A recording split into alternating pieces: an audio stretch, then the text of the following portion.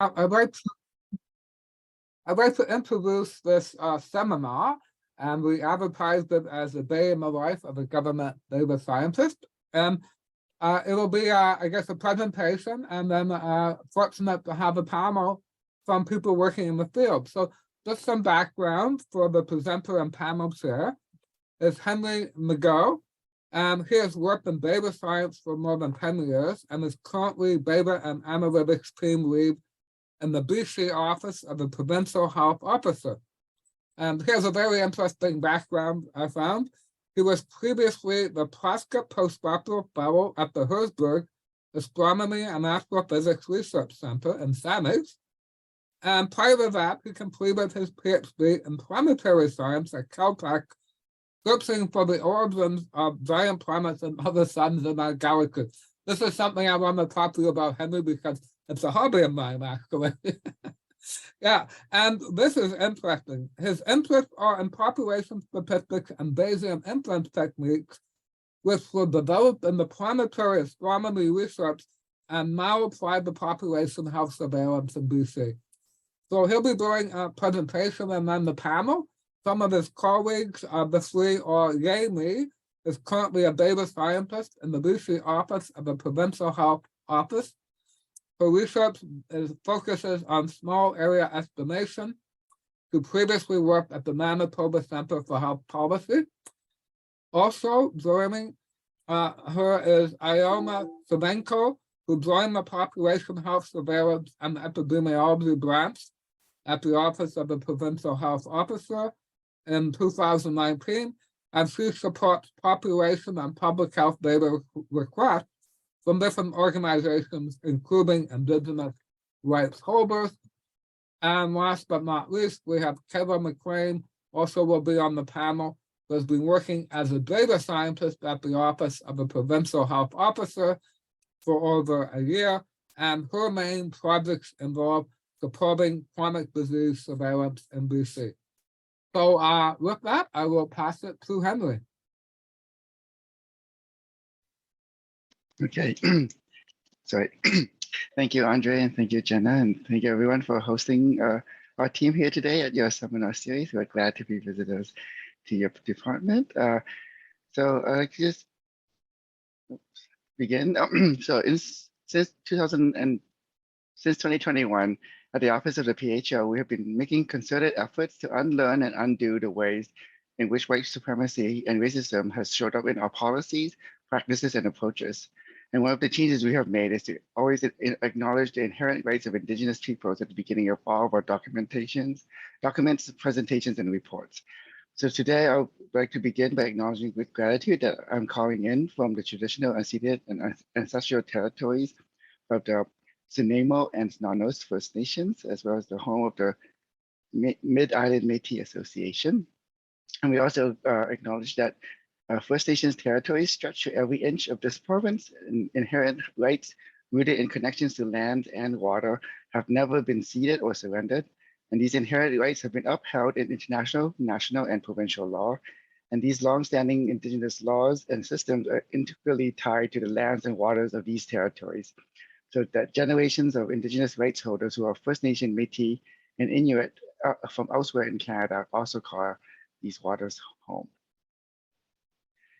So today, we'd like to share a few things about introducing our team and the kind of work we do and how we do this work with kind of data sources and the software stack we use, some common problems and challenges that we encounter in our work, and then a little bit at the end about just some general information about applying to data science positions in BC government.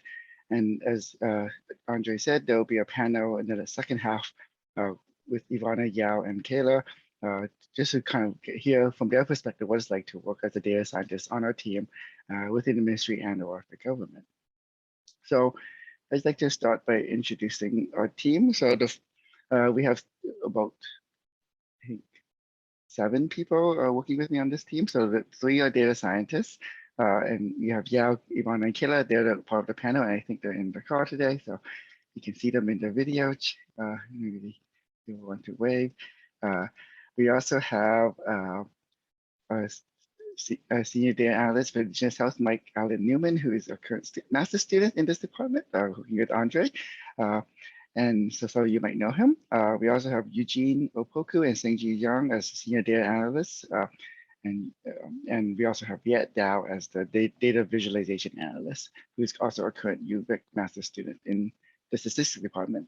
So you can see on the slide that we have people mostly from academic backgrounds and across many different fields. Some people have some more health-related data backgrounds, and other people come from different quantitative science. And we find that this has been a really great way to work together. We kind of really get to hear from different perspectives and both in their professional experience and background, like the way they approach problems in their own field, and they bring that knowledge to our population health work, as well as the different personal backgrounds so that we can learn more from each other. And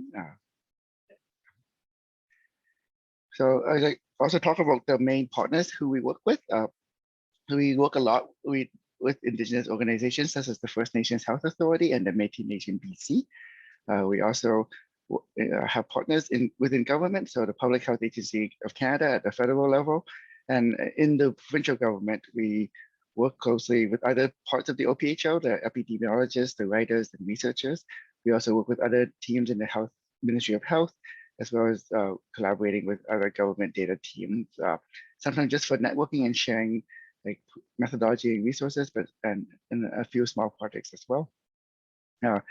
We also work with academic institutions. Right now, we have some partnerships with UVic and UBC locally here in BC.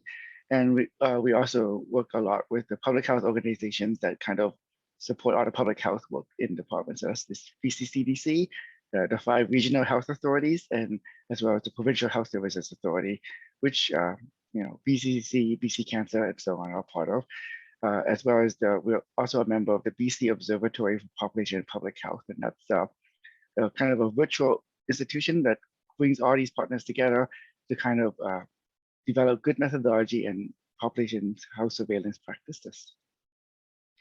So that's who we are and who we work with. And some of the things that we create, I just want to kind of give an overview. So some of the most public products that we do create are these PHO reports. They are both annual reports and special reports. And 3 recent reports, I have put the covers on the slide here. The one on the left is Tanshi Kiawa, and it's published last year. It's a partnership between Métis Nation BC and the OPHO, and it's population level wellness. A whole bunch of indicators of population wellness for Métis people living in BC. And in 2021, we published the First Nations Population Health and Wellness Agenda, which is a similar thing for First Nations people living in BC. And in 2019, there's this Taking the Pulse of the Population report, which is a similar thing for the general population in BC. And the first 2, the report with Métis Nation BC and First Nations Health Authority, are a 10-year project. So these covers show the baseline report, and then there will be interim reports over the next 10 years, as well as a final report to see what progress has been made over the 10 years. So this kind of work supports our team's commitment to the Truth and Reconciliation Calls to Actions number 18 and 19, which calls on us to report and address gaps in health outcomes for Indigenous people created by government policies. And I just want to also, really emphasize that these reports are the 2 on the left are led by the Indigenous partners, and they're constructed through a very large team of data analysts, writers, researchers, and they're really a big undertaking. And it's really nice to be part of a good team working towards this common goal. So an example of something that we produced. So this is from the 2019 annual report. There's a link there on page 153. So on the right-hand side, you will see a chart showing an age-standardized rates for hospitalization due to unintentional injuries for the BC population since 2001. This report just shows the data up to 2013, 2014, as well as some projection of based on the latest trend. And we see these 2 squares marking the baseline and the target, kind of setting up the different goals of where we want the province to be at the end of this report. So I'm just showing this because this is an example of the kind of data analysis that we would do, and it also like you can see that the chart is very nicely graphic designed. So it also shows like the final output is the collaboration between our team, the writing team that interprets the results and puts it in context with public health, as well as the graphic designers that kind of give all the charts in the report a similar look and feel. Another type of product that we create are creating surveillance registries and data products based on those.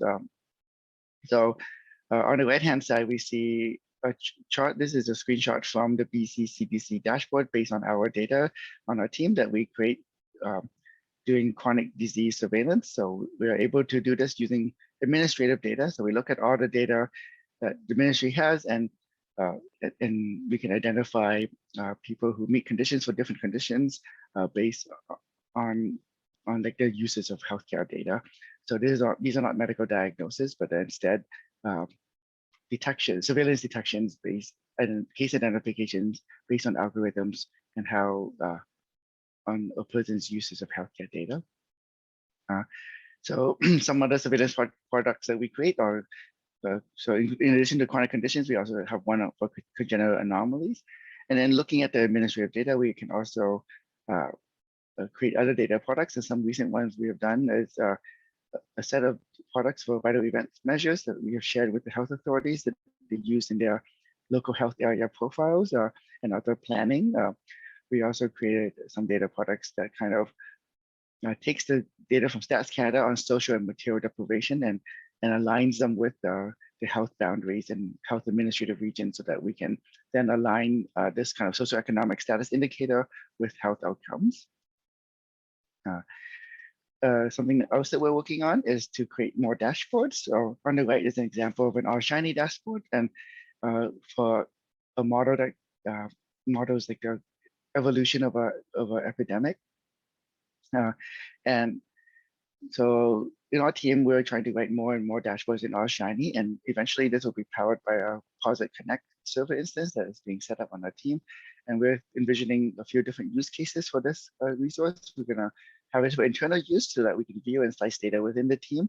We're also gonna have some dashboards that are gonna be published to a closed group of people, for example, collaborators within our working groups across the province, as well as epidemiologists at the health authorities. And then we also will have some public dashboards that are meant for open data reporting. Sometimes people are just interested in various stats about health in the province, and a lot of times that requires either knowing how to contact us by email or in some cases putting in a freedom of information request, which is not a very fun use of time for anyone. So we're hoping that this could be a more direct self-serve data portal in the coming years. We also work on methodology and development methodology. So we develop these methodology based on literature, but we also develop some things in-house as well. And a lot of these cases, we are developing them as all packages or all pipelines and workflows that we can be used in other analyses. So some of these are ready for public release. So last year, we released a new all package called BC Epirate via GitHub. And it is a toolkit for calculating crude rates, directly standardized rates, indirectly standardized rates, and also the confidence intervals. And eventually, we hope to expand this by adding risks and rate and risk ratios to this set. It is essentially an all port of the SAS package STD rate. It's not on CRAN or anything at this time. It's just published through GitHub. But in development, we're also developing some other packages. There's BC Life Expectancy, a package to help redistribute causes of death based on medical coding. Also some workflows for small area estimation, some workflows to standardize how we do data visualization. And then we also want to develop some internal utility tools so that we can make it easier to use the same pieces of code across many of our projects. We don't have to keep copying and pasting the same files over and over to our folders.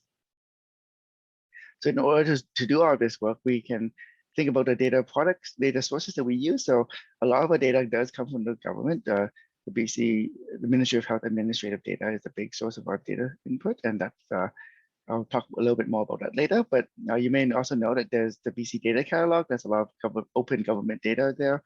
We also collaborate with different like BC Coroners, BC Stats, and other ministries to get and use their data. We also use public data from Stats Canada as well as some special orders. And we also collaborate a lot with the Canadian Institute for Substance Use Research, or CISRA, at UVic.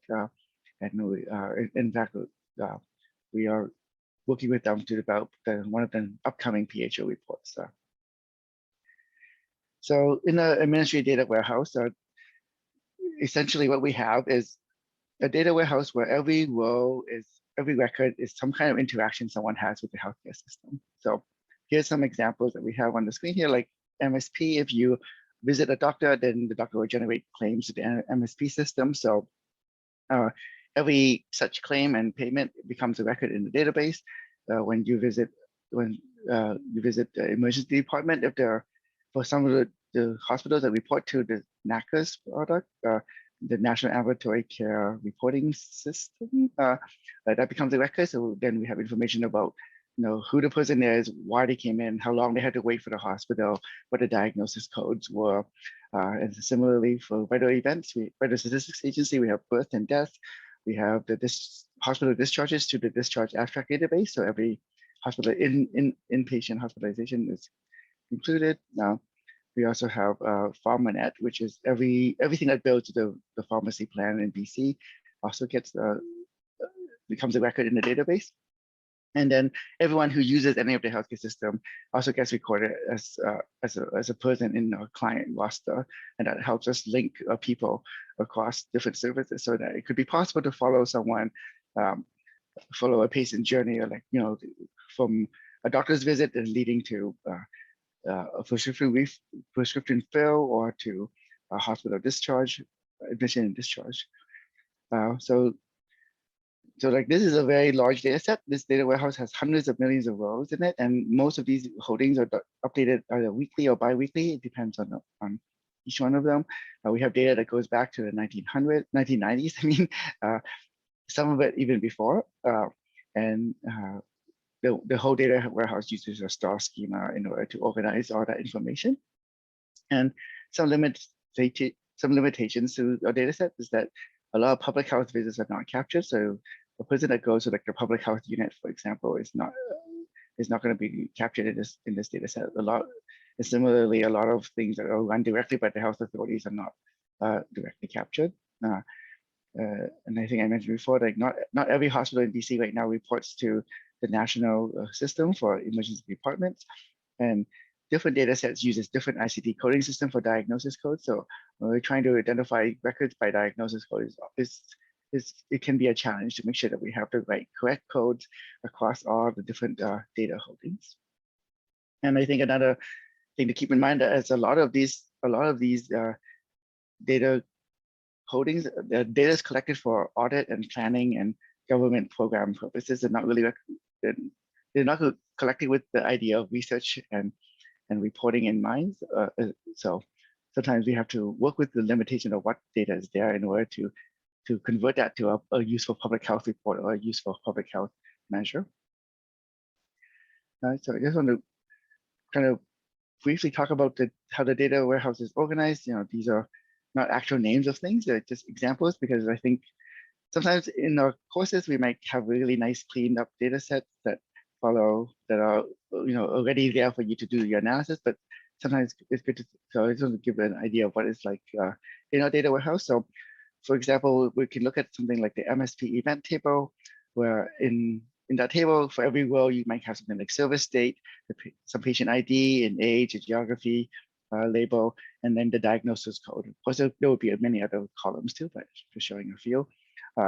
From this, I voted 3 of the variables because these are basically keys that can be joined to either table to get more information. So for example, we may take this event table and use the patient ID to join it to the patient dimension table and get more information about that patient, like their full name, the address, and birth date. And of course, we can use this patient ID to perhaps link to other event tables. So we can use that same ID to link across maybe prescription to figure out what happened after the doctor's visit. We can use the patient age label as a key to join to the age dimension table so that we can get other ways that we might want to report someone's age, like maybe in months, maybe in years, maybe in these 5-year age groups, maybe in like a life stage age group type thing. And then we also can do something like the geography dimension, and then we link to that and we can figure out,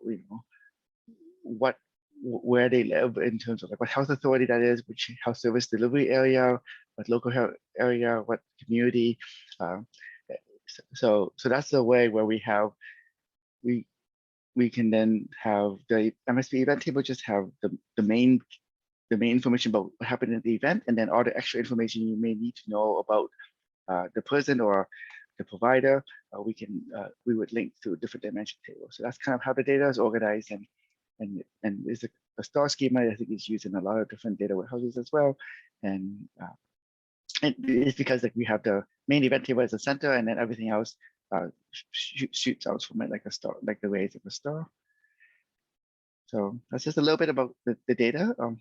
You asked what the data would be like, and then we can talk about the software that we use in the workflow. So I put this as labeled as an ideal because we're working towards having this exactly like this, but we are mostly using R. So we are extracting our data from the Oracle from the data warehouse using Oracle connections in R, and then we do our analysis mostly using tidyverse conventions, and we use R Markdown notebook formats to kind of document what we do. Then we're working towards doing most of our visualization in ggplot. So we do use R to visualize internally within the analysis team, but right now for full publications, we still use other means. And then we eventually, our goal is to communicate our results to others using knitted or Markdown reports, which we do within internally. And then hopefully eventually when we have the hardware set up, we can be publishing it through Shiny dashboards and other reporting with Markdown as well. In addition to the main R workflow that we're working towards, we do use a lot of other tools as well. So a lot of times in extraction, that purple icon there, that's PR SQL developer, we can use like something that directly uses SQL to talk to the database to kind of like do some data exploration. We have SAS for some of our legacy code. We're trying to avoid developing new things in SAS. And we do have Python as a parallel stream too. Most of our team actually do have lots of Python knowledge, but we're not directly using it right now. But the idea is that when a project calls for it, we would use it as well. And we also use GitHub to do more of the package development side of the encode review.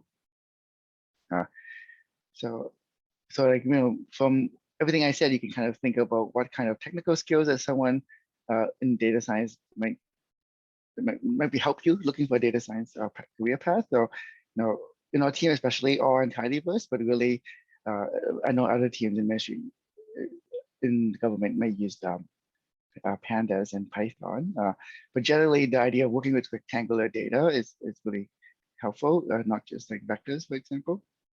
The knowledge of SQL to do the data extract. So you can see like there's hundreds of millions of rows. You really need to use SQL to effectively pull out your data. We write our code using a notebook workflow like Markdown or Jupyter. It's important to do good version control and documentation. And just noting that some other government teams in the ministry and also may also value Python, Power BI, and Tableau skills as their data visualization toolkit. And it's also important for us to have like these other collaborative skills. So we're looking for people who are able to commit to the truth and reconciliation work. We want to be able to work collaboratively with you on your code. We need to work with sometimes ambiguous information where we don't always have the exact specification of what we need to do. We have an idea of what we're trying to work for, and it's our job to translate those ideas into what we can actually do with given the tools and data that we have.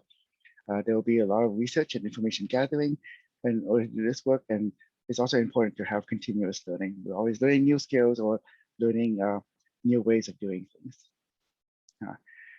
So some of the challenges that we face, like I think I like to think of data science as like really really fancy counting, but counting can be really, really hard.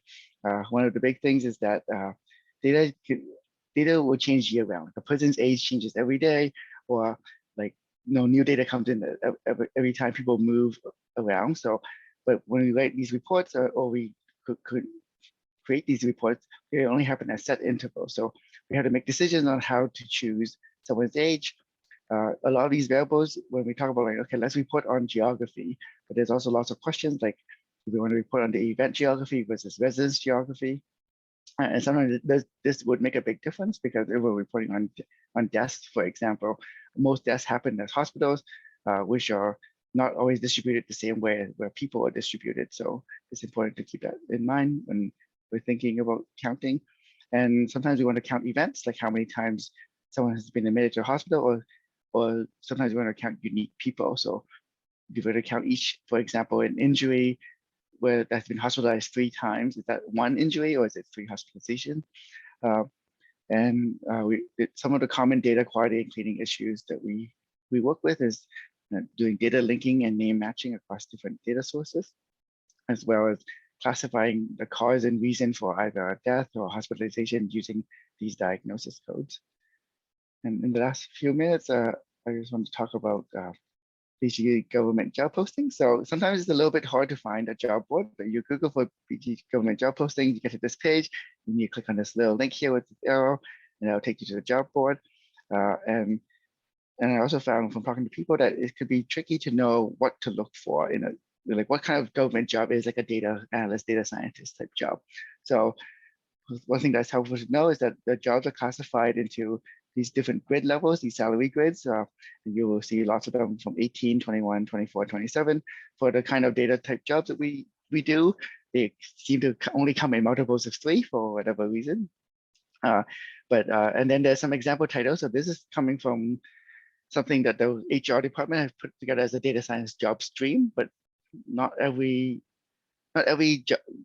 team and job would use the same set of titles for these grid rankings. But generally, 18 and 21 are very entry-level positions, and you actually don't see very many of them. But the 24 level is something that is a very common starting point for external applicants to government, and that's usually requires something like an undergrad degree with some experience, either co-op during the undergrad or experience afterwards, or a master's PhD in some quantitative science field. And then the 27 level is the data scientist level. It's kind of a more senior role where you would either have a master's with some experience or a PhD with experience during the role or afterwards as well. And yeah, the 24 level is mostly the common starting point. Kind of a mid-level role, you would be supporting a lot of analyses. You may take the lead on some projects, whereas the 27 is mostly a senior role, and you would lead project and you may supervise some people as well. And the other thing to know is that the BC government classifies them into job families. So the 2 job families that you should look for when looking for the kind of data type jobs are either research officer or economist. And an economist in the BC government is not someone with economics background. It's really anyone that does quantitative modeling and forecasting is generally what the economist has been used for. So when you're looking at the job board, you may see job titles that look like this. This is kind of the format they use, like the job family first. So RESO is research officer, econ is economist, then the salary grid, and then the function of working job title. So looking for like these type of titles is what you might want to look for in the job board. When you get to a job posting, you should download the Word document that's attached to it that tells you the whole job profile. Is usually several pages long. And then there's 4 main sections to really look out for. There's the accountabilities it starts with that, and it says what you will do on a job, and so you don't have to worry about having this experience with the accountabilities ahead of time. Like this is something you develop on a job. In the job requirements section, you get the education and experience. So it tells you what is required to pass the initial screening phase. And when you make your application, you should really clearly show how you meet every single requirement that's listed as a requirement in the section. After that, there's something called the knowledge, skills, and abilities. And so usually you don't necessarily have to have this when you apply. It's not used to screen you, but it is used for assessment, either in a written assessment or or interview later. And at the end, you'll see the behavioral competencies, and you'll likely be assessed on these with a behavioral event interview type question. So these are the questions where it begins with something like, tell us about a time where you did X, Y, Z. And if one of the competencies is teamwork, then it may ask you about an experience where you would demonstrate that competency. So these are kind of more longer answer scenario-based questions, whereas the KSA type questions or my knowledge, skills, and abilities would be more about like, do you understand this important concept for the work?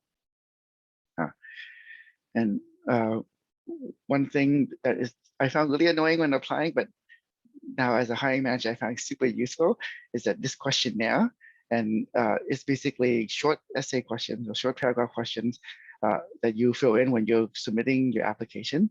And they give you about 200 words, and they ask you to say when, where, and how you obtain each of the education and experience items in the job profile. So this is annoying because it makes you repeat things from your resume, but it's really important because this is the primary tool used by hiring managers to screen people in.